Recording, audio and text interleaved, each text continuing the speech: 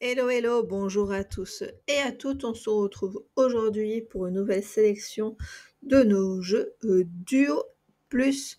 N'hésitez pas à voir notre précédente vidéo sur la chaîne si vous voulez avoir des informations sur certains des jeux. Donc, dans cette vidéo, on va vous parler de 4 nouveaux jeux qu'on a testés durant le mois dernier, après une ou seulement quelques parties, donc plutôt des retours à chaud. Bon visionnage, n'hésitez pas à nous laisser des commentaires.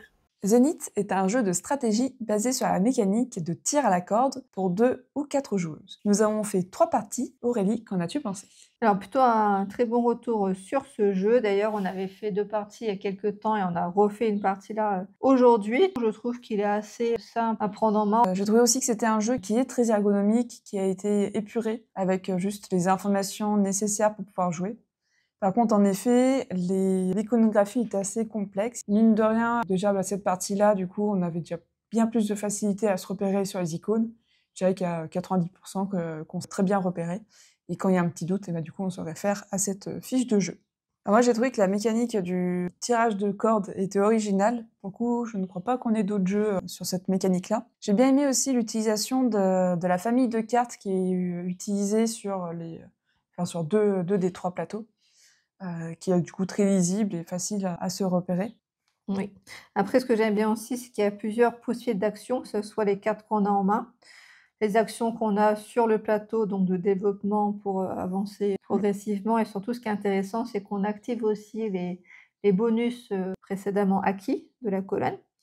Et puis, on peut aussi récupérer une sorte de badge leader qui permet d'avoir plus de cartes en main et aussi d'avoir des actions, des fois, supplémentaires sur certaines cartes. Oui, c'est ce que j'aime bien aussi du coup, les effets des cartes vont nous permettre, d'avoir plus ou moins d'avantages en fonction de l'état du plateau et de si on dispose du jeton leader ou non. Donc au fur et à mesure de la partie, il y a des cartes qui deviennent vraiment très, très intéressantes si on a bien développé son plateau. Et le fait d'essayer de prendre l'avantage de son côté, on est quand même obligé en fait de surveiller la progression de l'autre. Parce que s'il tire un peu trop sur une des cordes, il va remporter le jeton, donc c'est à nous d'estimer si ça vaut le coup de perdre ce jeton-là pour continuer de l'autre côté, ou si au contraire on doit défendre le jeton. Ce qui est bien fait, c'est que quand on joue une carte, il y a plusieurs actions qui est possible et souvent on peut à la fois, avancer nous-mêmes et à la fois aussi freiner l'adversaire, quoi. C'est pas, toujours, bah, si je freine, du coup, moi j'avance pas. Il y a quand même des cartes qui permettent, de faire plusieurs actions sur le plateau, en fait. Point négatif, moi j'ai trouvé que mes 2 premières parties, j'étais beaucoup bloquée par les cartes que j'avais en main. Il faut savoir qu'il n'est pas possible de défausser toute sa main.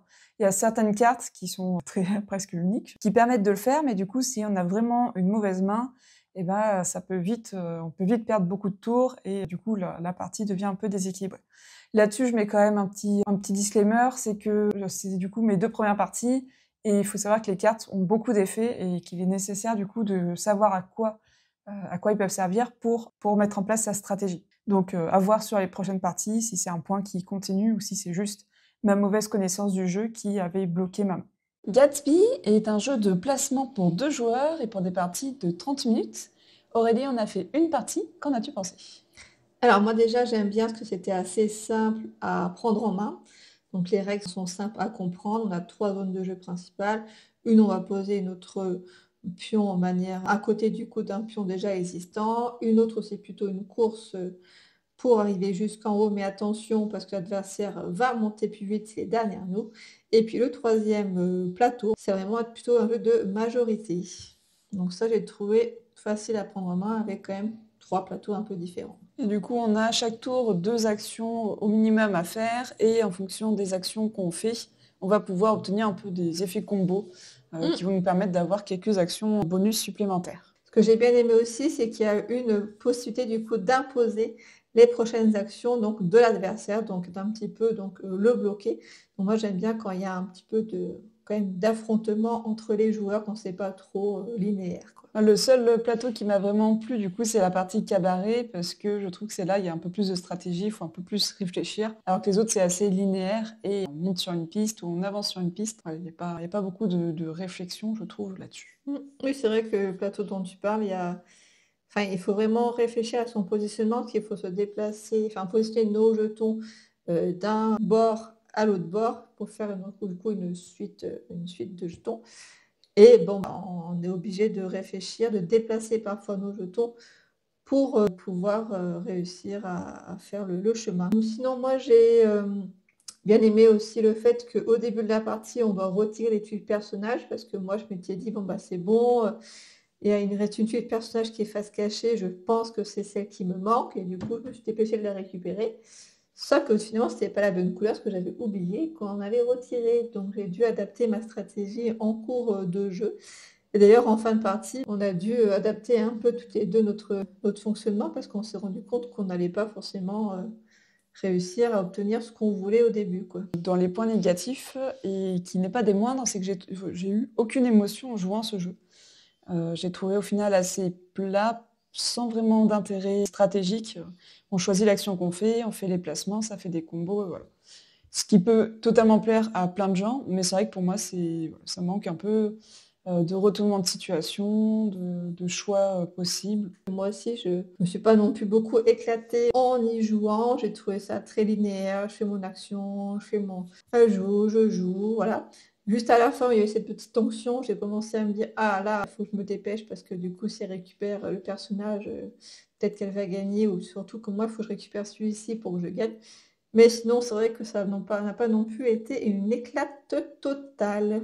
Taco Loco, c'est un jeu d'ambiance pour 2 à 5 joueurs dans lequel nous devons concevoir des tacos sans les faire déborder d'ingrédients. On a fait 2 parties, Aurélie, qu'en as-tu pensé? Donc je trouve ça sympa qu'il y ait un thème avec, le fait de concevoir des tacos, ça change un peu des jeux souvent d'ambiance qui sont quand même très abstraits que basés sur la mécanique. Donc ça donne un petit peu, un sens de construction. Les règles sont également, très simples à prendre en main. Alors moi, j'ai beaucoup aimé le fait qu'il y ait 2 cartes joker. On a la carte légendaire qui permet de terminer parfaitement le taco, parce que notre objectif est de réussir à faire des paquets de 11 exactement. Et on a également la carte solo qui est une carte de valeur 0 et qui a un pouvoir spécial, c'est qu'elle annule l'effet du légendaire. Donc on peut le jouer à n'importe quel moment autour d'un autre joueur pour annuler sa carte légendaire et lui retourner son paquet. En point négatif, je trouve que, comme on peut s'en douter, à 2, ça marche moins bien. C'est moins intéressant, on voit un peu plus ce qui va se passer et pour un jeu d'ambiance, voilà, à 2, c'est pas l'idéal. Je suis d'accord avec toi, 2 joueurs. J'ai pas trouvé que c'était, très stratégique. On subit plus les cartes qu'on va poser et puis, ça tourne un peu en rond quand même, hein, voilà. Et je trouverais ça aussi plus sympa si on avait plusieurs, tacos en cours de construction qu'un seul. Donc ça peut arriver qu'on en ait plusieurs quand on peut poser la même carte que la carte qui a été précédemment posée, on crée un nouveau tacos. Donc là, je trouve qu'il y a un peu plus de stratégie et on est moins ça s'enchaîne moins vite, je récupère, tu récupères, le tacos. Voilà, je trouve que ça aurait été un peu plus, sympathique. Donc au final, on peut dire que c'est un jeu d'ambiance qui est tout à fait correct et qui accompagnera bien les soirées en famille et entre amis, mais à privilégier à plus de 2 joueurs. Voilà, tout à fait. Sail, c'est un jeu de pli en coopération pour 2 joueuses pour des parties de 20 minutes où on va devoir avancer notre bateau sans faire naufrage ni se faire dévorer par le kraken. Aurélien en a fait 5 parties, qu'en as-tu pensé? Alors plutôt un bon retour sur ce jeu qui demande, une bonne communication entre nous, donc entre chacune des manches, parce qu'après on ne peut plus communiquer. Il faut analyser pas mal d'éléments, de jeu pour réussir donc, à avancer et réfléchir. Que ça soit la défausse, des cartes, que ça soit les cartes du Kraken, que ça soit également la carte qu'on va donner donc, au coéquipier. Donc il y a une bonne réflexion à avoir, durant la partie. Oui, et j'ai beaucoup aussi les différents combos de cartes en fonction en fait donc c'est des cartes qui vont de 1 à 9 et qui ont des symboles différents sur les cartes.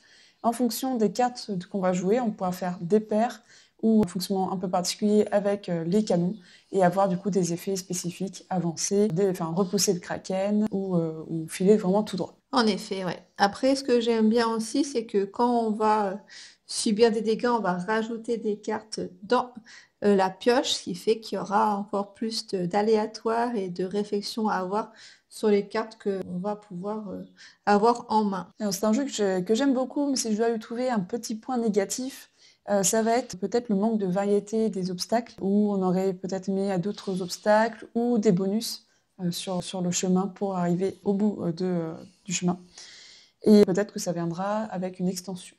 Ouais, ouais, je rejoins Karine là-dessus. Pareil, il y a pas mal de scénarios. Il y a 5 scénarios, je crois.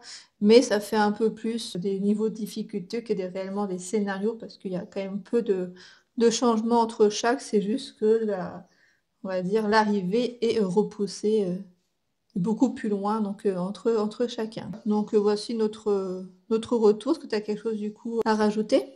Eh bien, je dirais juste en conclusion que c'est un jeu avec beaucoup de réflexion et qui garde toujours un petit goût de reviens-y.